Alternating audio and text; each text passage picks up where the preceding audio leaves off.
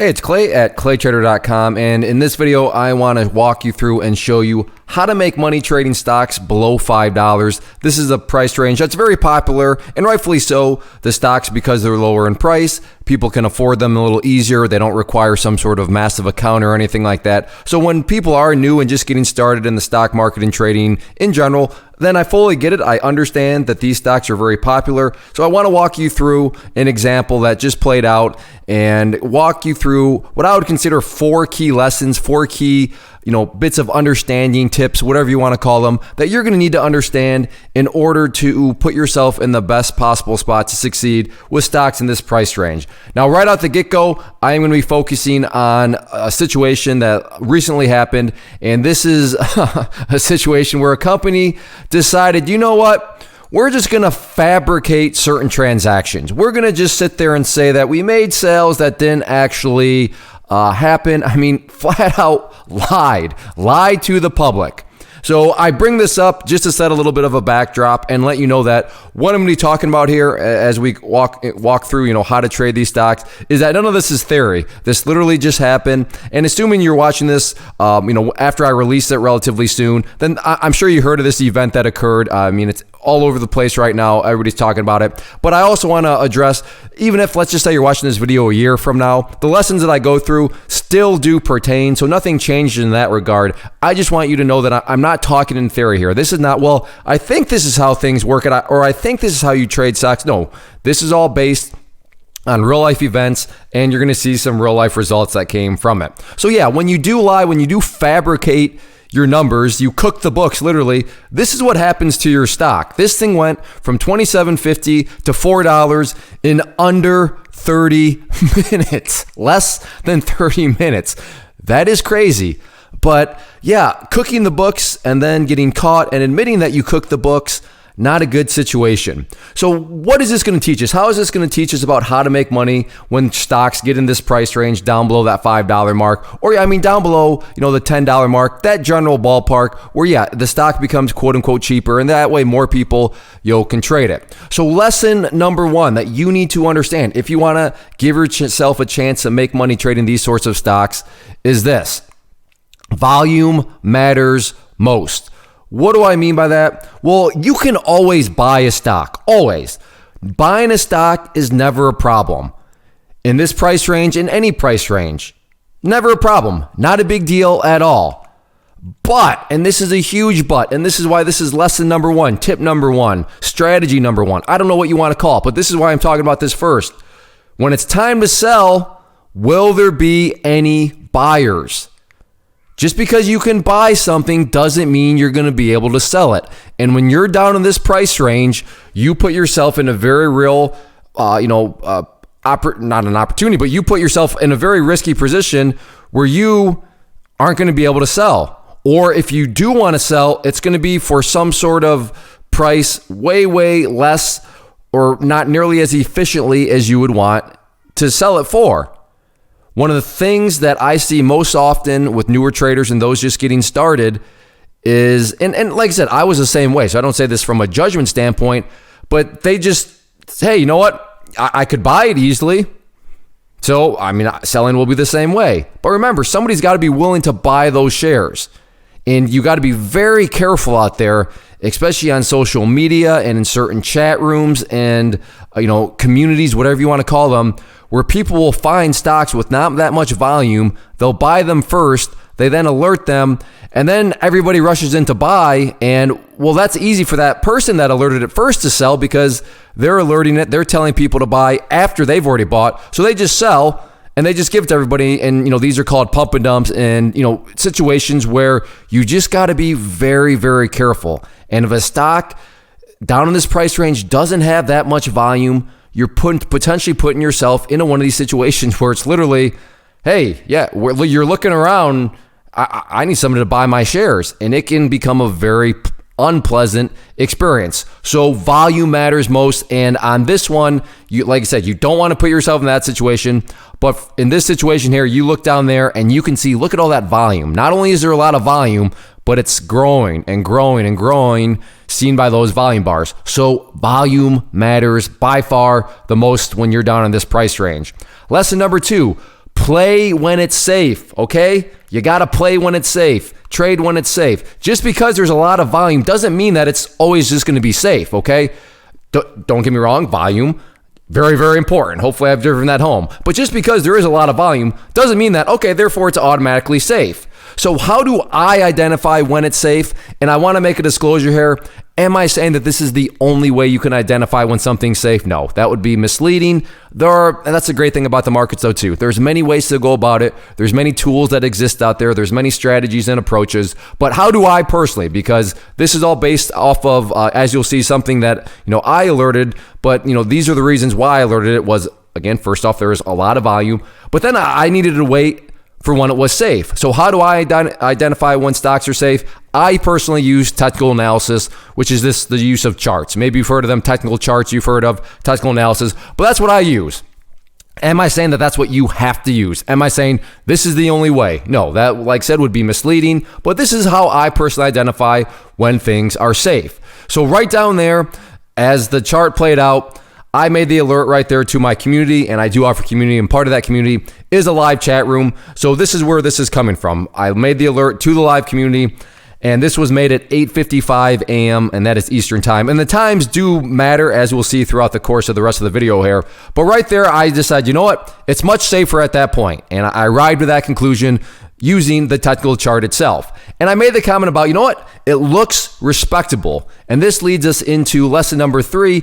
You need to know how to define quote unquote safe or respectable. I get it right now. You're like, okay, Clay, you got to be able to find when something's safe. Okay, but how are you defining safe? What do you mean by safe? And that's a fair question. That's a very wise question. So right there, the other part of that alert was that the RVR long side, and when I say long, if you're new, that just means buying the stock. So, from a buying this stock perspective, the RVR, from that point of view, and RVR standing for the risk versus reward. So from a risk versus reward situation, it looked respectable, right? It looked safe.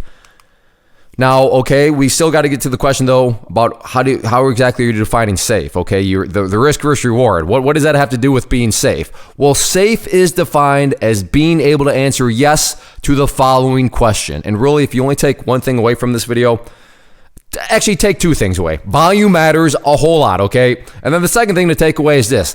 Safe, you define that. Respectable, you define that is when you can answer yes to this question. Is the risk logical and controlled when compared with the potential reward? That is the ultimate question that matters. That is the ultimate question that all traders that stay in the game for the long time, that have consistent success, that truly make a consistent income from all this, that's the question they're always focused on. And I'm not asking you to trust me or believe me. All I would say is that if you do have somebody that is very successful, that is consistent, that has had long-term success as a trader in the markets, ask them like, hey, you know what? Does this question sound good that I should be focused on? Is the risk logical and controlled when compared with the potential reward? And see what that person says. I'm very, very confident they're going to say, well, yeah, you got to focus on that. Things need to be respectable, right? A trade needs to be safe. And if you're defining safe as is the risk logical and controlled when compared with the potential reward, that's a good definition. So lesson number 4 becomes manage the trade properly. Now, to best kind of illustrate this, what I want to do here, so there's the chart right there, but let's see how things played out here. And to do this the best, I want to take a member of the community that, traded it and just kind of kept everybody filled in as time went on. And, in hindsight, has now led to a very great teaching example. So, Austin, thank you very much for doing what you did, because now others are going to be able to learn from it. But Austin decided to make the trade, and he bought at $4.03. And this all took place at 8:59 a.m. Again, that time matters. So that's the context. Here's a fellow member that was in the chat room, and part of the chat room, you can post stuff. So he was letting us know that he got in at the trade, and he bought at 4:03. And then after that, time played out, and the price eventually went to $5.62. So at this point, that's a nice gain, right? You buy at 403, now all of a sudden the stock's at $5.62. That's well over $1.50 per share. But how do you manage the trade properly, actually? Well, you have 2 choices. Choice number 1, and a lot of people don't realize this, sell a portion of the position. A lot of new traders, a lot of traders that are beginners and getting started, they think that when you say sell, that means, well, you have to sell everything. So if I bought, just for example, 100 shares of something, when you say sell, that means, well, I sell 100 shares. No, that's not required. You can sell a portion of your position, because as of right now, the stock's at 562. Sure, maybe that's the high. Maybe the price goes back down. And if that's the case, well, then that would be good to sell all of your shares. But that's a two-sided coin. On the other side of the coin, I don't know, maybe this thing's just getting warmed up. Maybe this thing's going to be going even higher. And in that case, it would be terrible to sell all of your shares. So that's why you manage a trade properly by either the first thing, just sell a portion of the position, or your second choice would be, you know what, I'm going to hang on to everything, but I'm going to start to adjust my stop loss up. Adjust the stop loss up as it goes in your favor. Clay, what's a stop loss? Okay, I guess that's a little miniature hidden lesson. You got to learn what a stop loss is. There's lots of videos and such on stop losses, but stop loss is a vital part of risk management. Again, like I said, I guess a mini lesson. If you have no idea what I mean when I say adjust the stop loss, meaning what's a stop loss order, then, that's okay. We all start out as new traders, but realize hopefully you're not trading with real money right now, because that's a massive red flag. But that's how you manage a trade properly. You need to decide what you feel comfortable with. Do I sell a portion of the position, or do I hang on to everything? But you know what? Let me just adjust the stop loss up. So those are the two choices. That's how you actually manage a trade properly. So how did this continue to play out? Well, we left off when the price was at so this is at 9:33 a.m. So things have gone on a little bit while. And like I said, when we just left off there, the price was at 562. So at this point in time, Austin had a couple of situations. He had, as I said, the entry point at 403, and his position was 450 shares. But he originally bought 500, meaning, well, he had 500, but he now has 450. And I'm not trying to insult anybody's math or anything like that. But because he had 500 and now he has 450, what does that mean that he did? What did he choose? He chose to sell a portion of the position. He didn't sell all 500. He just sold 50 of them. Selling 50, it gave him peace of mind. It let him put some profits into his pocket. And that's what you want to do. Now, of course, as you're seeing in hindsight, he probably shouldn't have sold those 50 when he did. But of course, that's hindsight for you. But at this time, he made the decision. He chose choice number one. I'm just going to sell a portion of my position. That's great trade management. That is how you trade, not just stocks at $5, but any stocks. Manage a trade by letting the trade potentially work for you. One of the biggest lies out there is, well, you can't go broke taking a profit. Or that's one of the biggest lies out there. Yes, you can go broke, because you can cost yourself so much opportunity. So the next time someone says, well, you can't go broke, green is green. No, green is not green, okay? Green is not green. You can't go broke taking a profit. Both of those are garbage, and maybe as you can tell, they're kind of pet peeves of mine when I say that, because it's just not true, spoiler alert, as you're about to see. And the number I want you to keep in mind now is 715 or 714, whatever you want to call it, because that is, had he just decided to say, you know what, I'm getting all out right now. I'm selling all 500 shares right now. That is what his profit would have been, which, that's still great. $715. See, Clay, green is green. Okay, just stick with me here. So just keep that number in mind, though. So how did things continue to play out? Well, that was the remainder of the morning, and this thing ultimately went from 562, which we were just looking at, where he could have locked in the 715 and hit a high of $10.58 in not that long. And this was all happening very, very quickly. So there is the kind of final recap of things. So this is now at 10:46 a.m. and turned into a $2,137 profit, which you can see right there. So the math on all this, like we just talked about, if he would have just went all out, that would have been $715.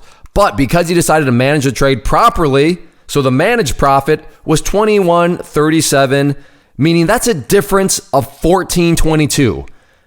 Think about it. You can't go broke taking a... Well, he just became $14.22 broker by taking the profit too soon, right? Because, he lost out on the opportunity to make that more by managing the trade properly. So, yeah, he would have been $1,422 broker had he just taken the $715, because he removed the opportunity to make that much more money. He let the trade work for him. So if you've ever heard that saying, you got to let the trade work for you. This is what he did. He pulled some profit off the table, but he let it work for him. And wow, it worked for him. And literally crazy. It literally put $1,400 more into his pocket. That is some good stuff. Now, I get it. This is just one data point, and I took some statistics in college, so I get it. But let's just go through a couple other examples from the community. So here's one from Marty, and just in case, this was literally posted on my Facebook page, but just making note that I alerted it in the pre-market session, it being the LK, and you can see right there, pulled in a profit of $338. Another member right here, $2,085, and then down below you see that he makes a comment about it was his day off. So I mean, not bad at all. $2,000 on your day off, pretty good. And then another member, and I love this one because notice what he says here: stopped out, meaning he was letting the trade work for him. He was, think about the two choices about manage the trade properly. You can sell a portion or just adjust the stop up. So he went with the second one. And he was just adjusting the stop up. So did he ever sell at the peak? No, you're never going to nail the top when you're adjusting your stop loss up. But that's okay. You're still letting the trade work for you. So much so that in this case, he walked away with $3,800 by letting the trade work for him. Now, in hindsight, could he have gotten more than that had he sold the top? Well, yeah. Had he not let it come down and stop him out, he could have made even more than that. But the risk of that is, well, he could have sold way too soon and had the price kept going and going and going. And then he could have had one of these situations that I talked about earlier where, hey, I still had $1,500 because I thought I was nailing the top. I thought this was the top, so I just sold and I made $1,500. You can't go broke taking a profit. Oh, yeah? Tell that to this person. I mean, he would have went broke by over another $1,500 by removing himself too soon from the trade. So trade management matters. But remember, it's very, very hard to manage a trade if you are into a trade with a very low volume. Because all this trade management, everything that followed after that first lesson, volume matters most. But if the volume's there, then all the other pieces fall into place. But again, this is why I'm not saying that trade management is the most important thing, because trade management doesn't matter when you have nobody or you have very few people that are out there to potentially buy your shares when you're looking to sell themselves. So that's why they are all in sequential order, but these are the things that matter when it comes to making money from these stocks in the price range of, $5 and below, $10 and below, but definitely any price range as far as the trade management is concerned.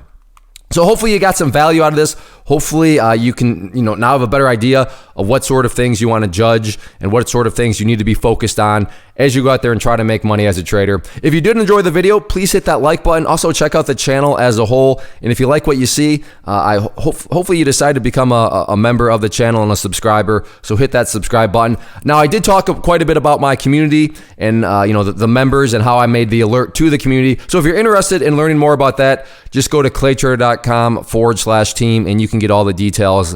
And the community's open to anybody. So just go to claytrader.com, like I said, /team, and you can check all that out. So thank you again for watching. Like I said, if you enjoyed the video, hit that like button, check out the channel, hopefully decide to subscribe, and I'll see you back for the next video.